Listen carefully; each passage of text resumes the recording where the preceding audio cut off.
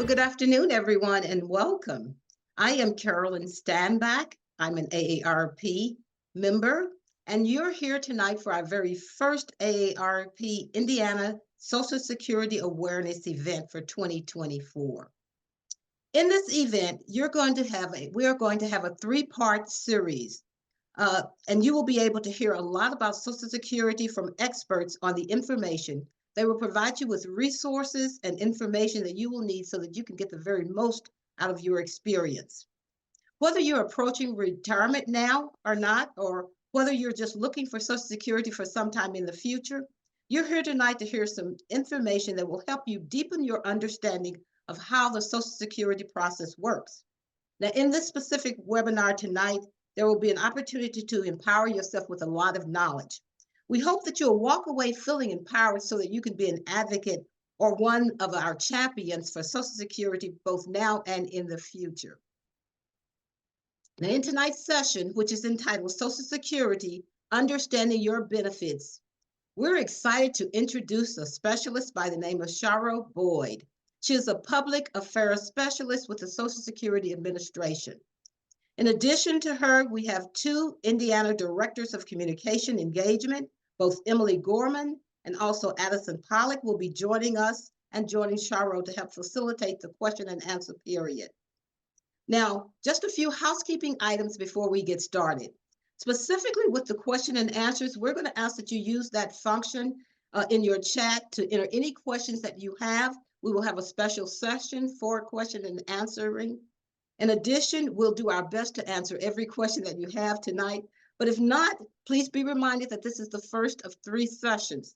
The next session that we will be having will be on Social Security, understanding your spouse and survival benefits. And that's going to take place on Monday, April the 29th at 6:30. You'll be able to register for that session just like you registered for this one. You'll see a link in the chat shortly, and it is www.aarp.org/IN. Again, we're going to put that in the chat for you, but it's going to be www.aarp.org/IN for Indiana. And without anything further, what I would like to do is just introduce Charo Boyd to you. And I'm honestly going to read her resume. It's impressive. Charo R. Boyd is the Social Security Administrator's Public Affairs Specialist for Central Indiana and Central and Southern Indiana. She is responsible for informing the public about Social Security Administration programs and benefits. She is often the guest speaker for the retirement and disability seminars and has also trained HR managers, financial planners, tax preparers, social workers, case managers, disability advocates, attorneys, and others on various SSA topics. Boyd has been employed by the Social Security Administration since 2002 or 2002. She began her career planning as a claims representative in the downtown Indianapolis SSA office. And she has worked as an insurance specialist in all areas of Title II programs, which include Medicare, retirement, survivors, and disability insurance benefits. Boyd has a BS in psychology, which she graduated with magna cum laude, and an MS in guidance and counseling with a concentration in clinical and organization counseling from the prestigious Tennessee State University, Nashville, Tennessee, which is an HBCU, historical Black college and university. Boyd received her SSA Administrative Regional Communication Award in 2010 and again in 2018. She also received the Deputy Commissioner's Citation in 2010, 2015, 2018, and all of these were from the SSS Office of Communication. So without any further introduction or information from me, I'm going to turn it over to Charo Boyd for the presentation for tonight. Thank you, Carolyn. We really appreciate that. And yes, we'd love to welcome Charo. Thank you for joining us this evening. Hi, Charo. It's nice to have you with us this evening. We're going to kick things off with a couple questions for you. I'm going to share my screen in just a second as we have some information to go along with the information you're going to share with us tonight. Just really quickly, I did just want to remind folks, if you do have a question throughout the presentation, please put that in the Q&A function that you'll see at the bottom of your screen.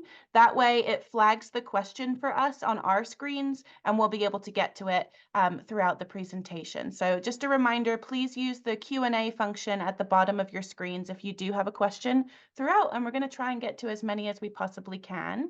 So I'm just going to share my screen really quickly. Bear with me. Okay. Can you see my screen okay, everybody? Yes, we can. Okay. Addison, do you want to kick us off with the first question? Yeah, absolutely.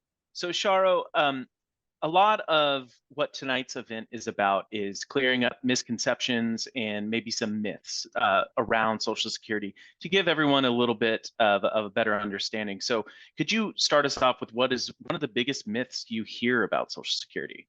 Mm, Thank you, Addison and Emily, and just all of ARP Indiana. It is such a joy to be here this evening and do what I love, which is to talk about Social Security. I always say, whether you see me at a formal outreach event or you see me somewhere in the community shopping, if you ever just say, Social Security lady, I'm turning around with the biggest smile and I'll answer your question because I love what I do. We all work and we pay into Social Security, and many times we don't know how it works until we're there to apply for benefits. So I appreciate this opportunity, and especially to talk about, first up, a myth. I would say that a big myth that I hear about Social Security is that it replaces all of your wages in retirement. And that's such a big myth, but I can understand how folks might think that, because the truth of the fact is that Social Security, the Social Security benefit, it is based off of your wages that are taxed for Social Security. Actually, your highest 35 years of wages, and the average American Social Security benefit is roughly about a 40% replacement of those average high 35 years. But we utilize a formula in order to get that number, and so when I think about that myth, where individuals might think it's going to replace all of their wages, is actually closer to 40%.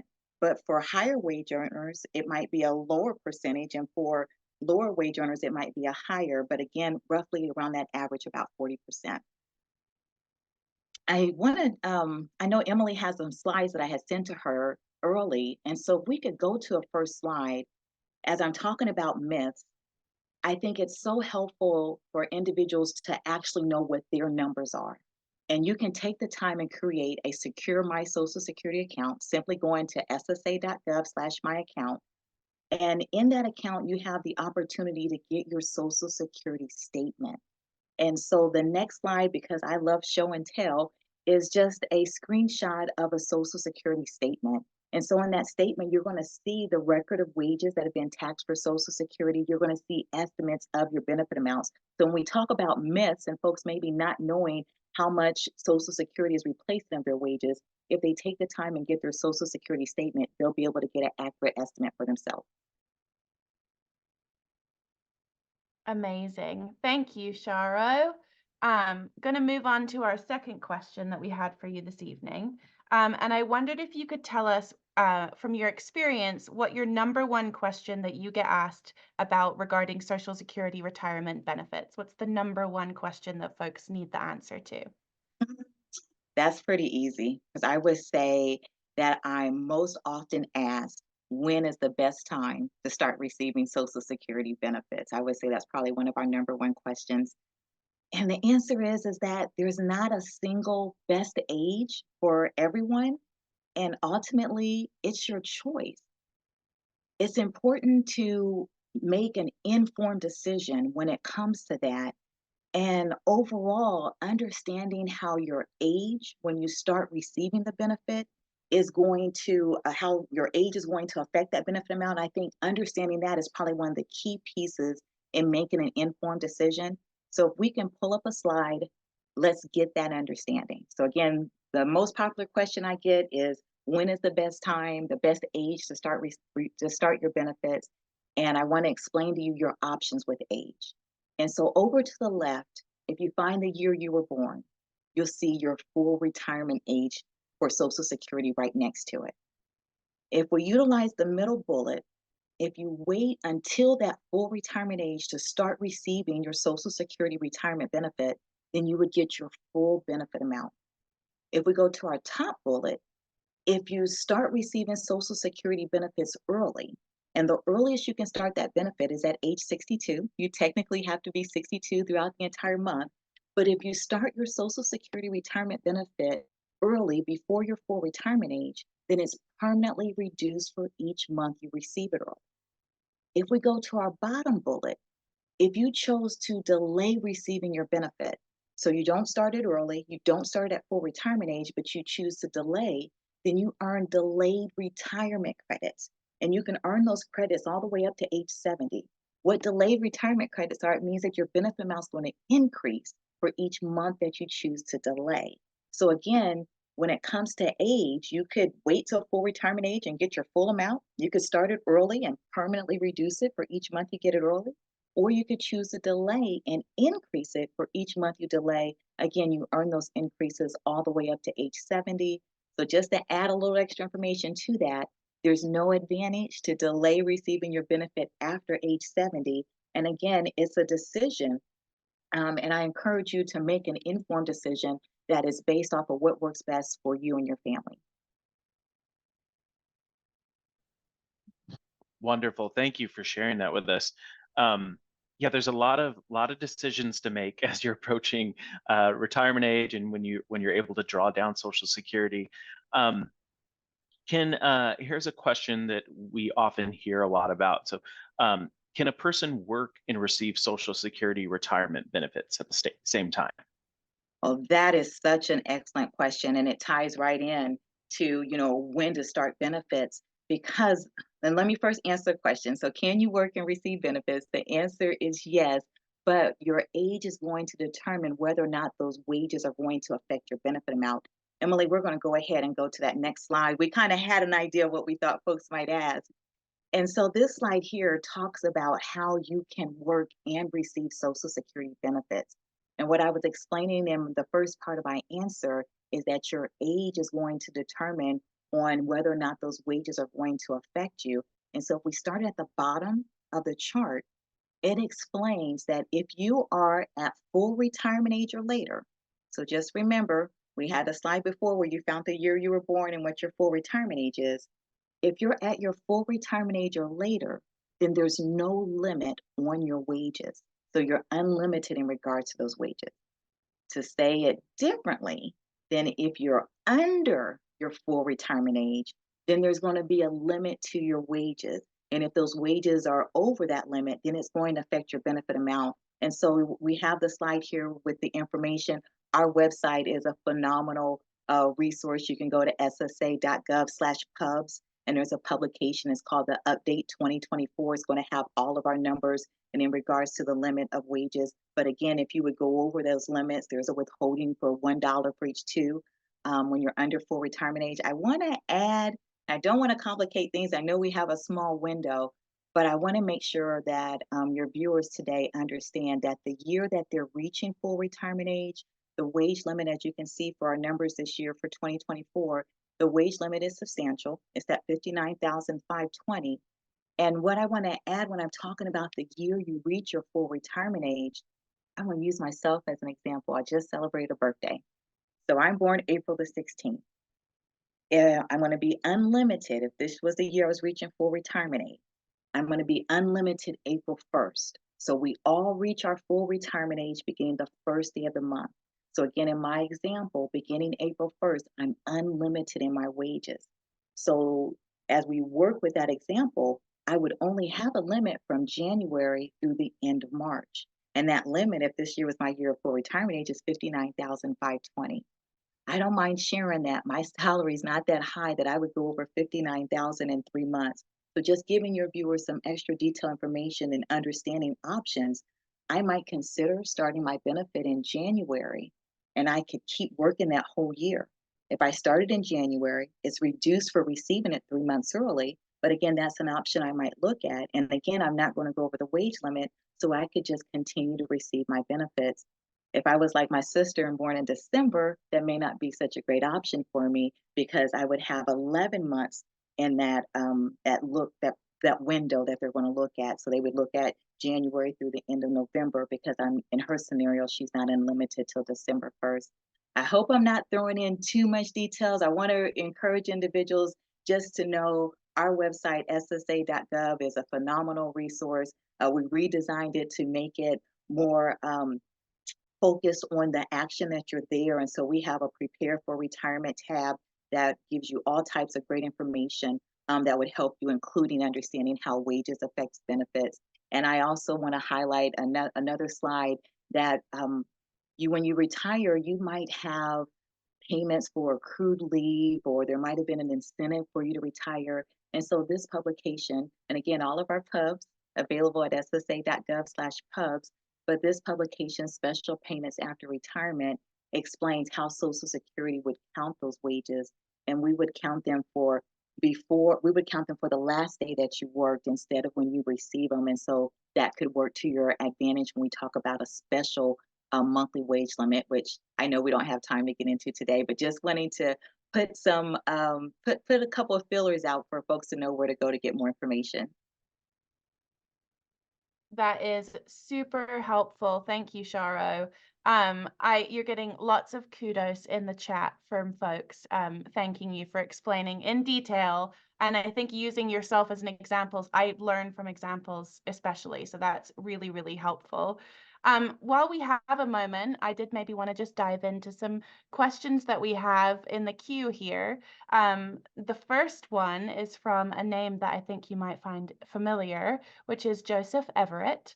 And he was asking, is there any advantage to filing for retirement benefits in January of the year you reach full retirement age?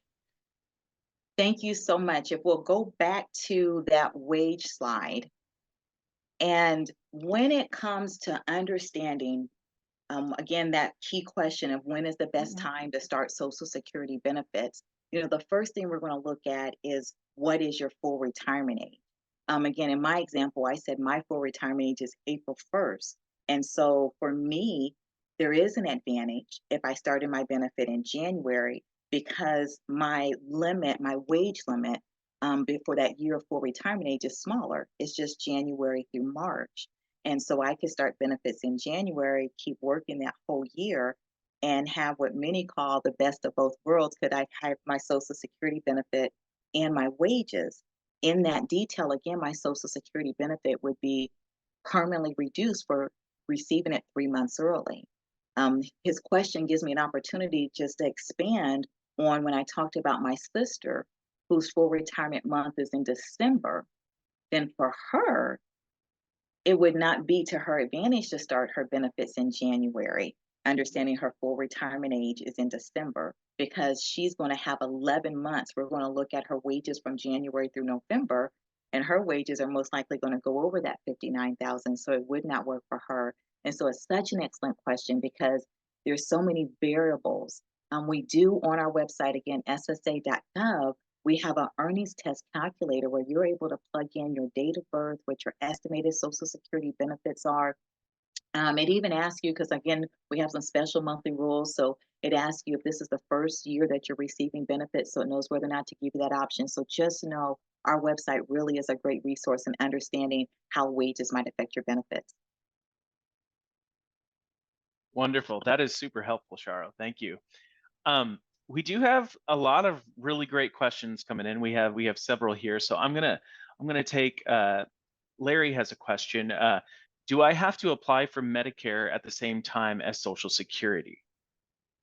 Thank you so much for that question. And the answer is no, you do not have to file for Medicare when you apply for Social Security benefits.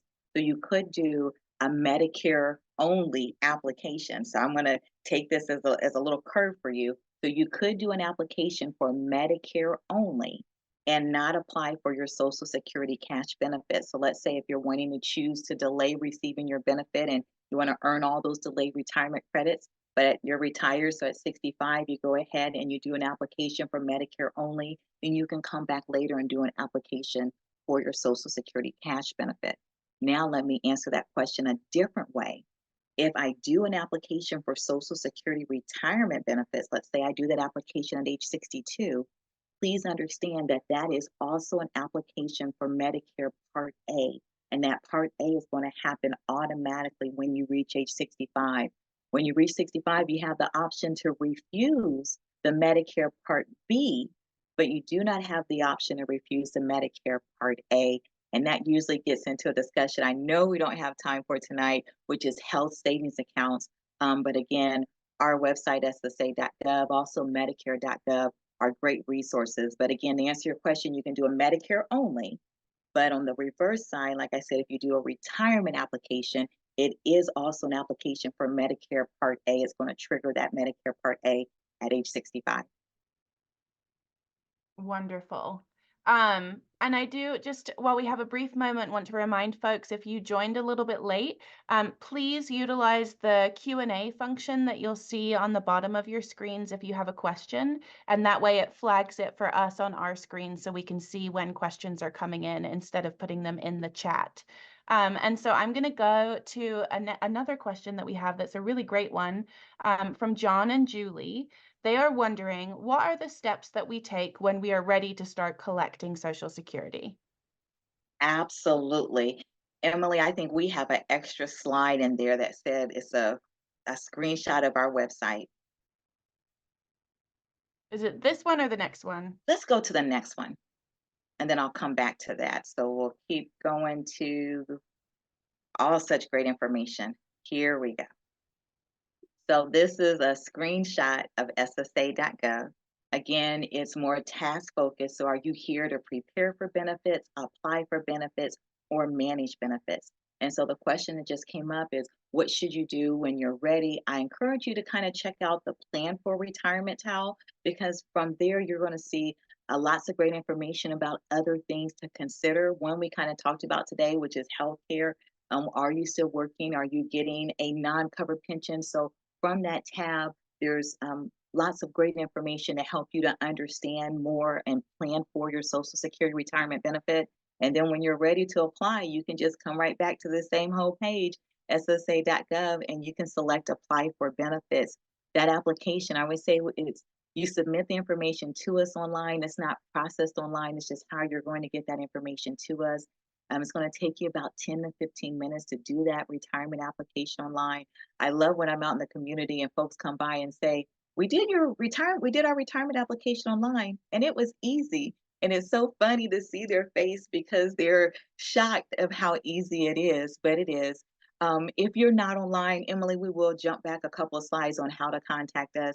If you're not online, please know that you have other ways to reach out to us. You can call us at our toll-free number, 1-800-772-1213, and you can make an appointment to apply for benefits. That appointment, I always say that before the pandemic, our appointments by phone were very, very popular. Since the pandemic, they continue to be popular. So that appointment can be a phone appointment where we call you at that appointed time, do the application with you over the phone. I mean, it can also be an in-person appointment. So it's your choice on how you receive services from us. But again, just wanted to highlight those. So you could go online. You can also call our toll-free number. A little bit more I want to add to that question. I think it's also helpful if you have taken the time and created that Secure My Social Security account and seen your statement. For me, I think expectations are so important. So if I have an understanding and expectation of what my numbers are, then it can help me in my planning and help me to kind of know what I'm expecting that claims rep to share with me as well. Perfect. Thank you, Charo. We have a great question from Pamela asking, so when you say permanently reduced benefits, when you draw those down early, does that mean that even after you reach full retirement age, your benefits will not go up? Is that correct? That's such an excellent question. Emily, if we can go back to the slide on age.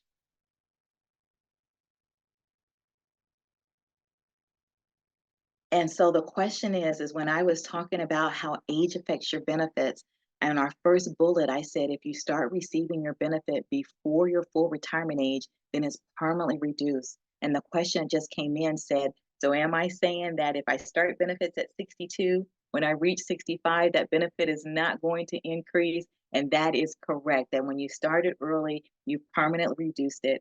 Now I'm going to have a little bit of fun. I have a 15-year-old and she drinks cola. I'm not going to say which cola is her preference. And so with Social Security, we like cola too, but cola to us is that cost of living adjustment. And so just know that even if you tap into your benefit early, you in general would receive a cost of living adjustment with all beneficiaries if there is one. And so that could cause your benefit to increase, but you're still receiving that permanent reduction because you tapped into benefits early. I'm going to step out on a limb and I'm going to make something complicated sound simple. But with Social Security benefits, you can either tap in early so you're getting a smaller benefit for a longer period of time, or you delay so that you get a larger benefit, but it's technically for a smaller period of time because you didn't tap in early. So my grandma would say it's six or half a dozen, but I do understand that when you're making a decision for benefit that's going to be with you for the rest of your life, it may not be that easy. And I really am grateful that you're here today because we're highlighting some tools that can help you be more comfortable, to be more informed when you're making that decision. Thank you. And I feel like you make it so digestible and much less confusing to understand, as I know it can be a really overwhelming subject. So we have a couple questions along this theme of taxes. And so I wanted to ask you if you might be able to just give us an overview of how the Social Security benefits are taxed in retirement. Is that something you can dive into quickly? I can. I'm going to always reference our website because on our website it has we have the information. But what's going to happen is it's going to depend on what your other income is. That's going to determine whether or not your Social Security benefit is taxable. I know the IRS has a phenomenal booklet in regards to Social Security and taxes, so you could go to irs.gov to be able to be more informed on that. But again, there what's going to happen, they're going to look at basically, I always say all of your income, plus they're going to look at your some of your Social Security benefit. And Emily, I'm going to grab, I know that we are live, but I actually have some talking points in regards to taxes that I can pull up to be able to cover that question on taxes. But again, the IRS's site I know is a great resource. Okay.